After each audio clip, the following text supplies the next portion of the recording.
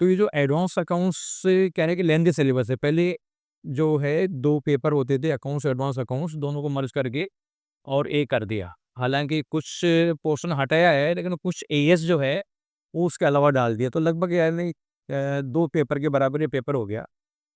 तो यहाँ ये जो आपका एडवांस अकाउंट्स है, इसमें देखो एक तो एएस के हैं। इसके अलावा ये 3-4 चैप्टर हैं, ये एक तरीके से है तो एएस के ही, लेकिन अपन इसको बोल सकते हैं कि कुछ अलग वैरायटी है, बड़े क्वेश्चंस हैं। तो पहले एएस के पढ़ते थे या पहले इसका पढ़ते थे? मैं जैसे करती थी कि मैं एएस जो है वो मेनली थ्योरेटिकल है। तो मैं क्या करती थी कि मैं प्रैक्टिकल भी उठाती थी और थोड़े साथ-साथ में एएस भी उठाती थी। अब जैसे है ना कुछ-कुछ चैप्टर जो कि बहुत इंपॉर्टेंट है, जैसे 14 वाला चैप्टर रिकंस्ट्रक्शन आता ही क्वेश्चन में। हर दूसरे टर्म में क्वेश्चन दिख जाएगा उसका देगा, और 100% ईज़ी। देगा ये, हाँ, और ये पोर्शन। हाँ, तो मैं जैसे इन वाले चैप्टर्स हो गए, इनको छोड़ना ही नहीं है, क्योंकि बहुत पोर्शन भी बहुत ज़्यादा है ना ऑक्यूपाई करते हैं। चैप्टर 14 हो गया, 13 चैप्टर हर एक पेपर में है, जैसे न्यू स्कीम में है। हमेशा आएगा। ये 12 बहुत ज़्यादा है ना, मैंने देखा फ्रीक्वेंटली आता है और 6 मार्क्स के लिए आता है ये, अगर आता है तो। चैप्टर 11 फाइनेंशियल स्टेटमेंट भी बहुत, जैसे हमारे टाइम में भी आया था हाँ, ये बहुत ज़्यादा पहुँचते हैं, और ये लोग ये बहुत ईज़ी चैप्टर है, क्योंकि हमारा उसमें बैलेंस शीट वगैरह बनानी होती है। 11th की कांसेप्ट है, 12th की तो कांसेप्ट है। कोई ज़्यादा बड़ा भार नहीं है। अभी ब्रांचेस वाला जो क्वेश्चन है ना, जितने भी अटेम्प्ट अभी न्यू स्कीम से हुए हैं, ये क्वेश्चन 6th में आता है ये। तो मतलब ऑप्शनल क्वेश्चन में आता है, पर ईज़ी है, अगर आप कर सकते हो तो करो, क्योंकि जो 6th वाला क्वेश्चन होता है ना, मुझे सबसे ईज़ी लगता है। तो मैं उसमें चांस नहीं लेती कि मैं इसको छोड़ के जाऊँ। नहीं, नहीं, सही, वो छोटा भी है और फटाफट होने वाला है। हाँ। और दूसरा ये देखिए, अगर ब्रांच से अगर एमसीक्यू पूछ दिया तो दिक्कत आ सकती है ना, तो कंपल्सरी वो चीज़ हो गई, तो ये मतलब ये लेते थे। अब तो इसके बाद बचते हैं एएस वाले। हाँ, अब एएस में अकाउंट्स ही था ऐसा प्रैक्टिकल सब्जेक्ट, जिसमें मैंने थ्योरी भी अच्छी तरह की थी, क्योंकि उसमें एमसीक्यू और थ्योरी भी आ जाती है कभी-कभी। तो मैं इसमें भी पहले मैं प्रायोरिटी देती थी कि जो इम्पोर्टेंट एएस है, जैसे एएस 19 हो गया, 20 हो गया, तो इनमें प्रैक्टिकल पोर्शन ही है ज़्यादा। तो 15 वगैरह हो गया, इनको मैं लेती थी सबसे पहले, क्योंकि इनमें मेनली प्रैक्टिकल है, तो इनके क्वेश्चंस करती थी। उसके बाद 24 हो गया या फिर जो 25 हो गया, ये सब जो है वो थ्योरेटिकल है। तो इनको मैं थोड़ा बाद में लेती थी, थ्योरेटिकल एएस को, और प्रैक्टिकल एएस को पहले लेती थी। एक कंसोलिडेशन का है, वो इम्पोर्टेंट है, वो भी हर में आता है। ये रहा कंसोलिडेशन का, हाँ, ये इस चैप्टर में आता है ये तो। हाँ, ये इसका 14 मार्क्स का ये आता है। चैप्टर में आएगा ही आएगा। तभी मैं कहूँगी कि आप ब्रांच भी ट्राई करो, क्योंकि कभी-कभी होता है कि इसका क्वेश्चन बहुत बड़ा आ गया कि आपसे हुआ नहीं, तो इसको फिर छोड़ के ब्रांच वाले में क्वेश्चन 6 आप अटेंड कर सकते हो। कर सकते हो, बिल्कुल सही है, क्योंकि तो लेंदी क्वेश्चन आएगा। हाँ। और जो एएस में से कौन से एएस अच्छे लगते हैं तुम्हारे को, जो लगता है कि हाँ यार ये इम्पोर्टेंट भी है और पढ़ने में भी ज़्यादा जोर नहीं आता, ऐसे कौन-कौन से एएस हैं?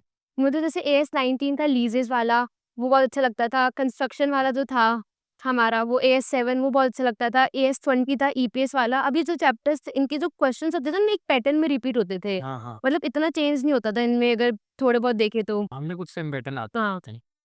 तो ये जो 3-4 एएस है ना, मुझे बहुत अच्छे लगते थे। ये मेनली इनका वेटेज ज़्यादा था प्रैक्टिकल में। और इसके अलावा जो पीपी, इन्वेंटरी और ये हाँ, जैसे अब ये वाला एएस 10 भी इम्पोर्टेंट में ही आता है, क्योंकि इसमें भी प्रैक्टिकल क्वेश्चन ही आता है। थ्योरेटिक में आ जाता है, जैसे डिस्कंटिन्यूइंग ऑपरेशन हो गया, वो थ्योरी में आ गया। रिलेटेड पार्टी हो गया, वो थ्योरी में। इंटरिम ना फाइनेंशियल स्टेटमेंट वाला, तो इनको मैं थोड़ा बाद में करती हूँ। बोइंग कॉस्ट हाँ, एएस 16 बहुत इम्पोर्टेंट है, तो ये प्रैक्टिकल चैप्टर्स में करती थी पहले। और इम्पेयरमेंट ऑफ एसेट। एएस 28।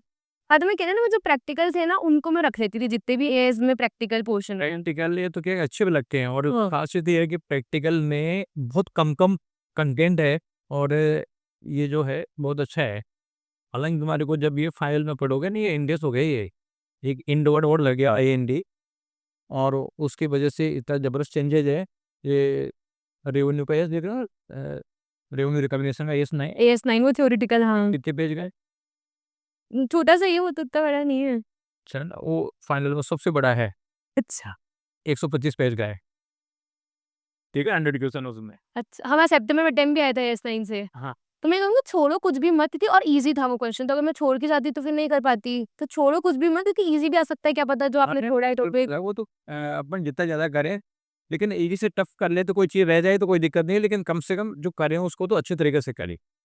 अच्छा, अब ये बताओ कॉस्टिंग। कॉस्टिंग तो मैं ये कहूँगी कि इसको बिल्कुल हल्के में मत लो, क्योंकि ये एग्रीगेट में बहुत हेल्प करता है।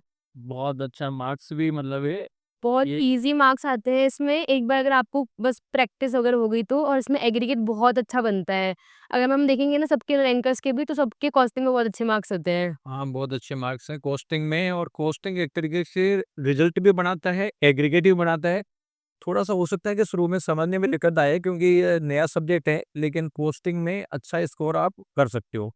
तो नेहा आप बताओ कोस्टिंग में जो ये मॉड्यूल आपके 2 मॉड्यूल हैं, सबसे अच्छा चैप्टर कौन-सा लगता है तुम्हारे को जो सबसे कम टाइम में मुझे सबसे अच्छा जो चैप्टर लगता था वो मुझे लगता था स्टैंडर्ड कॉस्टिंग। पता नहीं कि जैसे कुछ-कुछ को उसमें दिक्कत आती थी कि उसमें फ़ॉर्मूला उसमें मैंने क्या किया था फ़ॉर्मूले की ट्रिक बना ली थी उसमें। उसके बाद मुझे फ़ॉर्मूले तो मैं भूलती नहीं थी कभी और बस उसमें फ़ॉर्मूले याद करने उसके बाद उस चैप्टर में कुछ भी नहीं है। तो मुझे सबसे अच्छा वो लगता था स्टैंडर्ड ये मान कॉस्टिंग। लो कि एक चीज़ बताऊँ मैं कि जिसको स्टैंडर्ड कोस्टिंग अच्छी लगेगी ना, वो कोस्टिंग में 90 क्रॉस करेगा, कन्फर्म है। और जिसको स्टैंडर्ड सब्जेक्ट खराब लगेगा ना, इसका मतलब उसको कोस्टिंग में प्रॉब्लम ही आएगी। इस चैप्टर क्योंकि ये पूरा एक्यू बेस्ड है स्टैंडर्ड कोस्टिंग, हाँ। तो स्टैंडर्ड जिसमें दिमाग है उसको तो स्टैंडर्ड कोस्टिंग बहुत बढ़िया लगेगा, ठीक है ना? स्टैंडर्ड के बाद में दूसरा नंबर कौन-सा है? है ना, जैसे मार्जिनल कॉस्टिंग वाला है इसका भी क्वेश्चन आता ही आता है ये और बहुत अच्छा इंटरेस्टिंग है, हाँ। इंटरेस्टिंग होता है ये भी। तो मैं जैसे जो इम्पोर्टेंट लगते थे और ईज़ी लगते थे उनको जैसे पहले ये स्टैंडर्ड कॉस्टिंग कर लिया, फिर मार्जिनल कॉस्टिंग कर लिया, प्रोसेस कॉस्टिंग जो है ये ईज़ी है बहुत जी। और अच्छा भी है चैप्टर, तो ये कर लिया। उसके बाद जैसे अब ये जो चैप्टर्स हैं ना ये 2-2 इनमें 2-2 3-3 क्वेश्चन है ज़्यादातर यूनिट में, जॉब में, तो इनको लास्ट में भी करोगे तो भी कोई दिक्कत की बात नहीं है। उसके बाद मैं जनरली लेती थी 4 को और फिर 5 को। ओवरहेड तो ओवरहेड भी मतलब वैसे तो टफ लगता है लोगों को, लेकिन ये अभी वो आईक्यू वाला ही चक्कर ऐसा है। और इसलिए मैं कहूँगी कलर कॉस्टिंग जितने ज़्यादा हम पीवाईक्यू करेंगे ना, उतने ज़्यादा हमारा कांसेप्ट क्लियर होगा। जैसे हमें जो कोचिंग से मॉड्यूल मिला था पीवाई है ना प्रीवियस ईयर का, ये सोलह उनमें जैसे जितने भी क्वेश्चन थे उसके बाद फिर प्रैक्टिस होती गई तो कोई दिक्कत नहीं आई। अच्छा इसके बाद हाँ, जैसे 4th के बाद 5th ले लिया क्योंकि 5th में 4th का भी थोड़ा बहुत कांसेप्ट अप्लाई होता है। 6th वाला जो चैप्टर है ना, अब इसमें सिर्फ अपन को ये देखना होता है कि कौन-सा किस में जाएगा हेड में। तो उसको इसमें मैं क्या करती थी जितने भी मैंने क्वेश्चन्स किए हैं, कोई नया पॉइंट लगा कि मुझे ये इस हेड में जा रहा है तो मैं उसको लिख लेती थी। तो मैं लास्ट में मैंने 1 पेज की 2 पेज की शीट बना ली थी कि ये इसका है तो लास्ट में सिर्फ उसको रिवाइज़ करके गई थी मैं। बहुत बढ़िया किया। तो ऐसे मैंने किया था। उसके बाद सर्विस कॉस्टिंग है, इसका भी क्वेश्चन आता है और ये थोड़ा हाँ, ये कभी हार्ड लगता है, कभी ईज़ी लगता है तो ये मतलब हो जाता है। अच्छा हो जाता है। हाँ, बजटरी कंट्रोल काफ़ी ईज़ी टॉपिक है। तो और इसका भी हमारे भी क्वेश्चन आया था सितंबर में भी तो इस ये इसको फिर मैं ही लेती थी। ईज़ी है हाँ, टेस्टिंग बहुत ईज़ी चैप्टर है ये।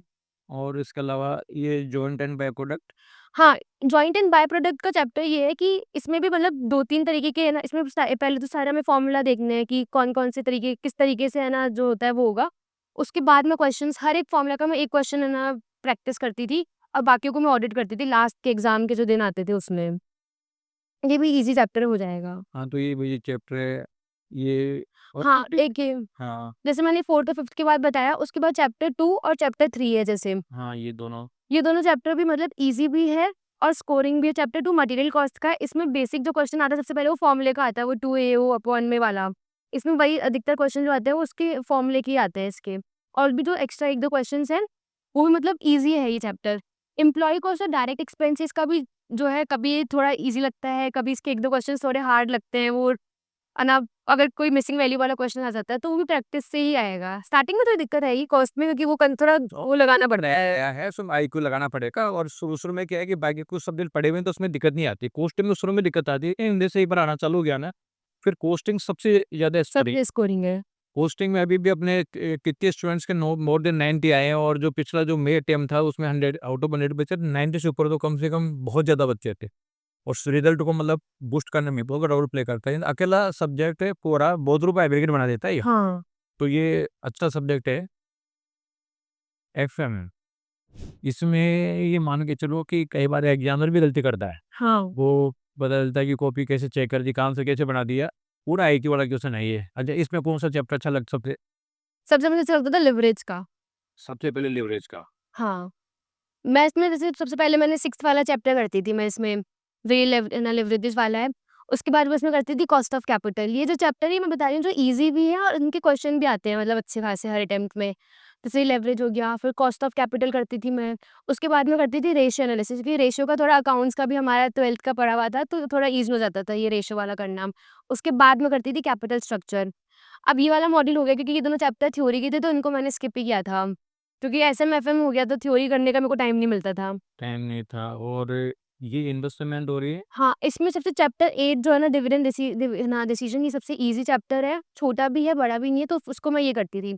अब ये दोनों जो चैप्टर है ना ये बहुत अच्छे खासे भी है और टिपिकल भी है तो सबसे पहले मैं चैप्टर 7 करती थी इन्वेस्टमेंट डिसीजन। इसके क्वेश्चंस बहुत हैं और इसमें गलतियाँ मुझे बहुत ज़्यादा दिख रही है। यार गलतियाँ बहुत है, आईसीएसई ने बहुत गलतियाँ कर रखी है इसमें। तो ये चैप्टर मुझे दिक्कत आती थी पर लेकिन वो भी प्रैक्टिस के साथ-साथ तो हो गया था एक टाइम के बाद। हाँ, अब इस चैप्टर 9 में खुद के ना 3-4 और चैप्टर्स हैं इसके। एक तो ओवरऑल वर्किंग कैपिटल है और स्पेशली ट्रेड रिसीवेबल्स हैं। 2 इम्पोर्टेंट है, बाकी 2 इन्वेंटरी यूनिटरी बहुत इन हाँ, वो आते भी नहीं है इतने।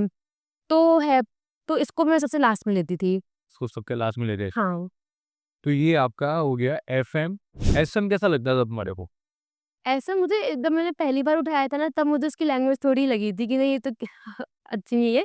बट फिर पढ़ने-पढ़ने में लगा कि नहीं ठीक है, ऐसा ऑडिट से तो बढ़िया ही है। हाँ, और इससे बढ़िया ही है। हालाँकि अच्छा है, कोई ज़्यादा बड़ा नहीं है, सिलेबस हाँ, छोटा 4 है। चैप्टर हाँ, सबसे बढ़िया तो ये छोटा सिलेबस है और वेटेज अच्छा वेटेज खासा है, ज़्यादा है। सबसे बढ़िया है इसका। अच्छा, इसमें कौन-सा चैप्टर सबसे पहले अच्छा लगता था? इसमें तो 3, 4, 5 चैप्टर है ना इसमें? हाँ, हाँ, सबसे पहला कौन-सा है ज़्यादा सबसे अच्छा कौन-सा लगता है? इसमें तो मुझे सबसे अच्छा 4th लगता था। ये स्ट्रैटेजिक हाँ। चॉइसेस, इसके बाद मैं पर लेकिन इसको मैं ना सीक्वेंस वाइज़ ही लेती थी। सेकंड साइड लेते थे मतलब हाँ, 1, 2, 3, 4, 5 लिया, या सबसे अच्छा लगा 4 चैप्टर, उसके बाद सेकंड नंबर पे कौन-सा? मैं इसमें मुझे अच्छा वो लगता था पर लेकिन जो ये जैसे 3rd चैप्टर भी है ना छोटा ही है, 1st भी छोटा, 2nd भी मतलब 5th से तो छोटा ही है, तो इसमें मुझे इतनी दिक्कत नहीं आती, तो इसलिए मैं इनको लाइन वाइज़ ही ले लेती थी। 1st, 2nd, 3rd, 4th, 5th मतलब में सबसे बड़ा है। ज़्यादा प्रॉब्लम नहीं है, सब अच्छे लगते थे, मतलब इसलिए इसमें कोई ज़्यादा दिक्कत नहीं, कोई प्रायोरिटी देने के बजाय आप कैसे भी इसको कर सकते हो। 5th में दिक्कत आती है कि 5th तो सबसे बड़ा चैप्टर है और 5th की लैंग्वेज ही सबसे ज़्यादा टिपिकल है, चारों 5 चैप्टर में से दे। फिर सबसे लास्ट में हाँ, अब 5th में भी क्या है ना जैसे जो स्टार्टिंग के कुछ पेजेज़ है ना, उनमें कुछ भी नहीं है ऐसा, मतलब उन्होंने बहुत ही जेनेरिक बातें की है, तो एक बार आप रीडिंग लगा लो उसकी, उसके बाद उसमें से ऐसे क्वेश्चन कोई बना नहीं है, मैंने भी नहीं देखा और उसमें कोई क्वेश्चन बनने लायक कोई पैराग्राफ मुझे लगा भी नहीं है।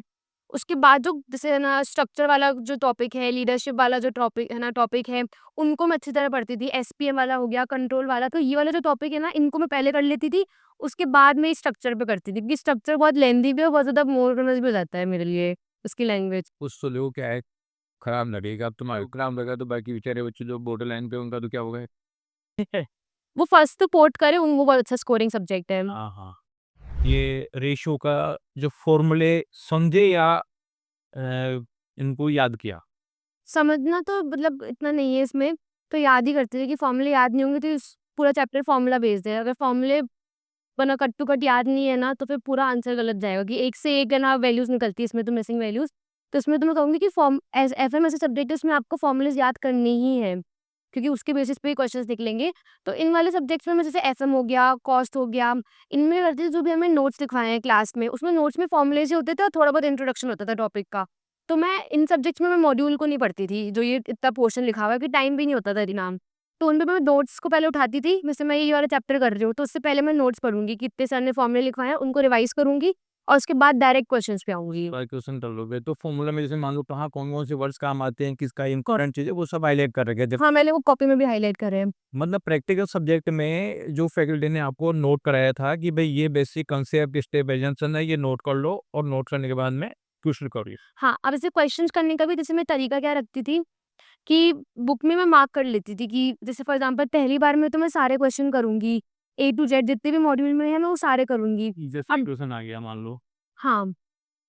जैसे अभी 3rd क्वेश्चन है, मैंने 1st, 2nd तक जितने भी क्वेश्चन है मैं वो सारे करूँगी पहली बार में। अब मुझे लगा कि नहीं 3rd क्वेश्चन थोड़ा ऐसा था जिसमें मुझे पीछे का एक आंसर थोड़ा पॉइंट देखना पड़ा या मेरे से पहली बार में नहीं हुआ, तो मैं उसको मार्क कर लूँगी, इसके आगे स्टार लगा लूँगी। 1 स्टार का मतलब कि मुझे थोड़ी दिक्कत आई इसमें, पर मुझे बिल्कुल ही समझ में नहीं आया ये कि मुझे पीछे से ही देखना पड़ा तो मैं बहुत सारे स्टार लगा लूँगी कि भई मुझे इसको तो करना ही करना है। नहीं जितनी बार भी रिविज़न करूँ उसको मुझे हर बार लेना है।